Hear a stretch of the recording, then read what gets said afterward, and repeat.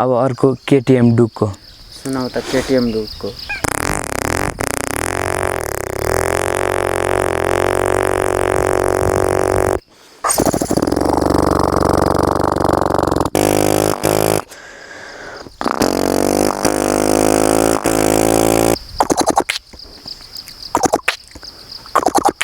अब आफै स्टार्ट हुन्छ।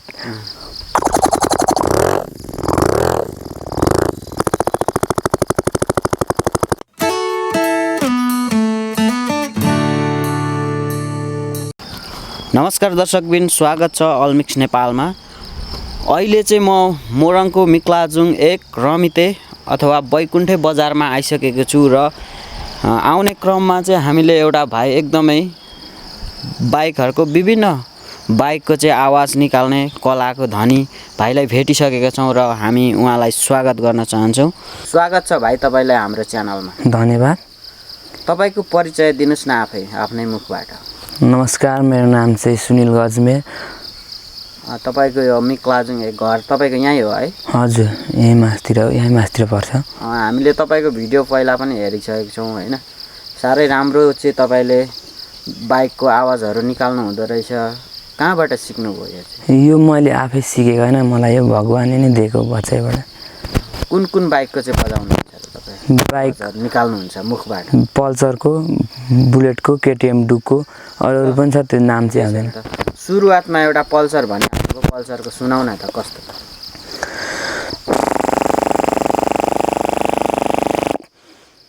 अरू कुनको बजाउनुहुन्छ? कस्तो अब पिकअप टुटेकोहरू के गाडीको पनि निकाल्नुहुन्छ? अब पिकअप टुटेकोहरूको चाहिँ होइन, यस्तै बाइककोहरू मात्रै। पिकअप टुट्दा चाहिँ कस्तो बज्छ एकचोटि हाम्रो दर्शकलाई सुनाइदिनुहोस् न तपाईँको आवाजबाट।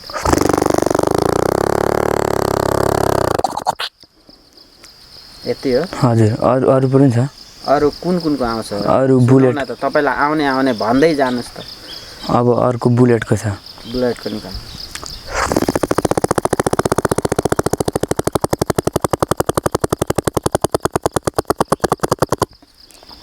अब मजाले बजाउनु हुँदो रहेछ। अब अर्को सेल्फ लिनु नमानेको बाइकले आफै।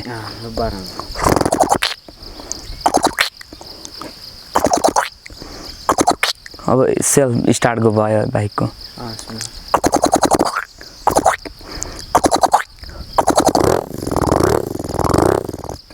अब अर्को केटीएम डुकको सुनाउ त केटीएम डुकको।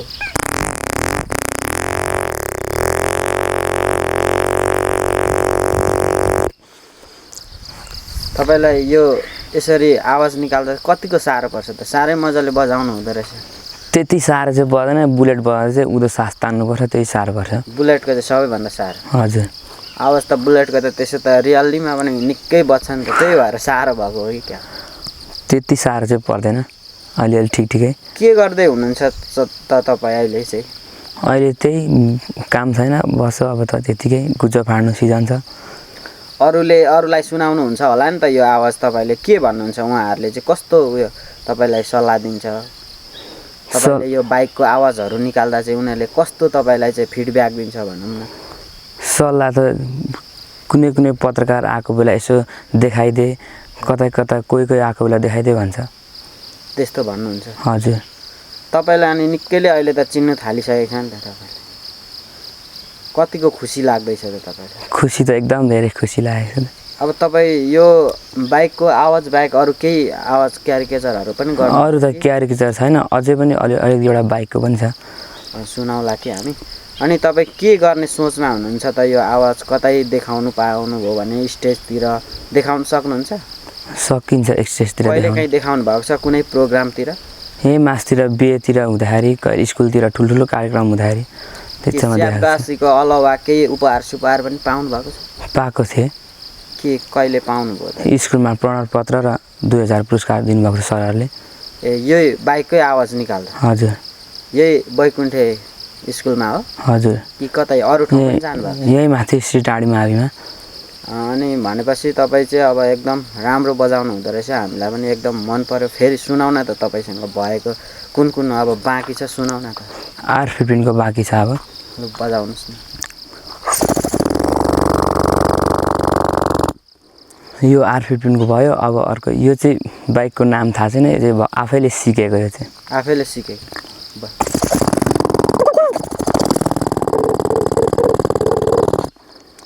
पुरै ओठले मात्रै बज्छ कि क्या हो तपाईँ? होइन, भित्रै सास तान्नुपर्छ। यो चाहिँ घाँटीबाट बस्छ, घाँटीमा अलिक साह्रो पर्छ। यो चाहिँ कुदकुद लाग्छ। मलाई साह्रै मन पर्यो केटिएम डुकको। एकचोटि फेरि मेरो रिक्वेस्ट अनि दर्शकहरूलाई पनि सुनाइदिनुहोस् न त एकचोटि फेरि।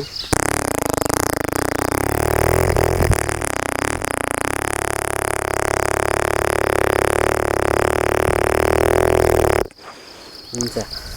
अनि तपाईँले सुरुवात चाहिँ कहिलेदेखि गर्नुभयो यो? सुरुवात त बच्चाइबाट अलिअलि नै गर्दै गर्दै जान्थेँ पहिल्यैदेखि हो? हजुर। जस्तै यस्तो बच्चामा गाडीहरू खेलिँदाखेरि बजाउँथ्यो पहिलेदेखि। अनि अब तपाईँको घरमा चाहिँ को हुनुहुन्छ अहिले? घरमा मेरो परिवार मात्रै हुनुहुन्छ, दिदी, बहिनी, डेडी, मम्मी। भनेपछि तपाईँले 2-3वटा इन्टरभ्यू पनि दिइसक्नु भएको छ पहिला पनि होइन? हजुर। कतैबाट फोन आएको छ कि छैन त तपाईँले यस्तो बजाउनु हुँदो रहेछ? त्यस्तो त फोन त आएको छैन। फोन आएको छैन? हजुर। त्यही 2-3वटामा मात्रै इन्टरभ्यू दिइसक्नु भयो? हजुर। अरू पनि सुनाउ न त। ट्र्याक्टरको पनि बजाउनुहुन्छ अरे भन्ने सुन्यौँ, त्यो पनि बजाउनु? अल्ट्राको ट्र्याक्टर स्टार्ट हानौँ न त हामी।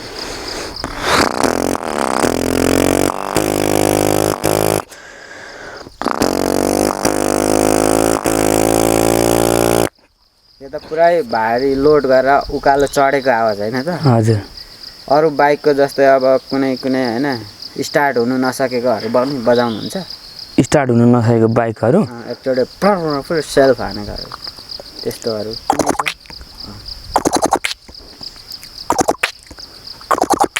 अब आफै स्टार्ट हुन्छ।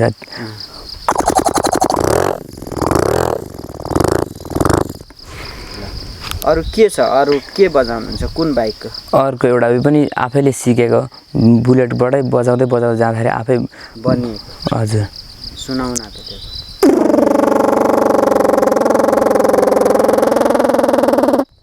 तपाईँले यो चाहिँ जति पनि बाइक हेरेर बाइकको नाम चाहिँ आफै जान्नुभएको? आवाज यो बाइक हो भनेर कि सुनेको भरमा कि बाइक पनि देख्नु भएर चाहिँ यसरी सिक्नु? बाइक पनि देखेको।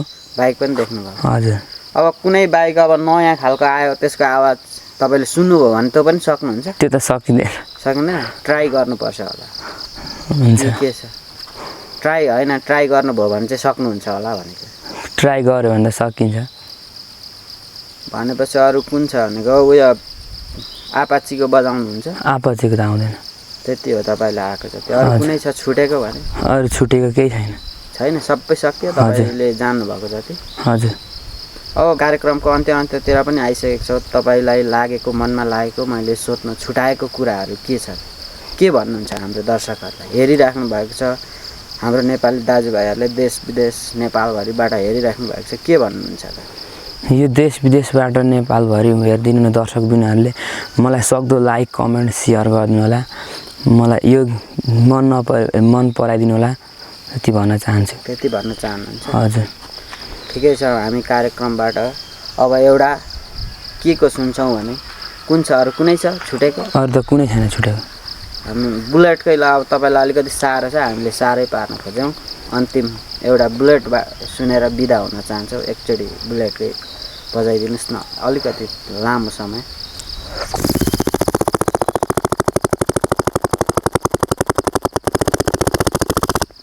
त्यो भित्र हामी थुक सुकेर अलिक हुँदैन।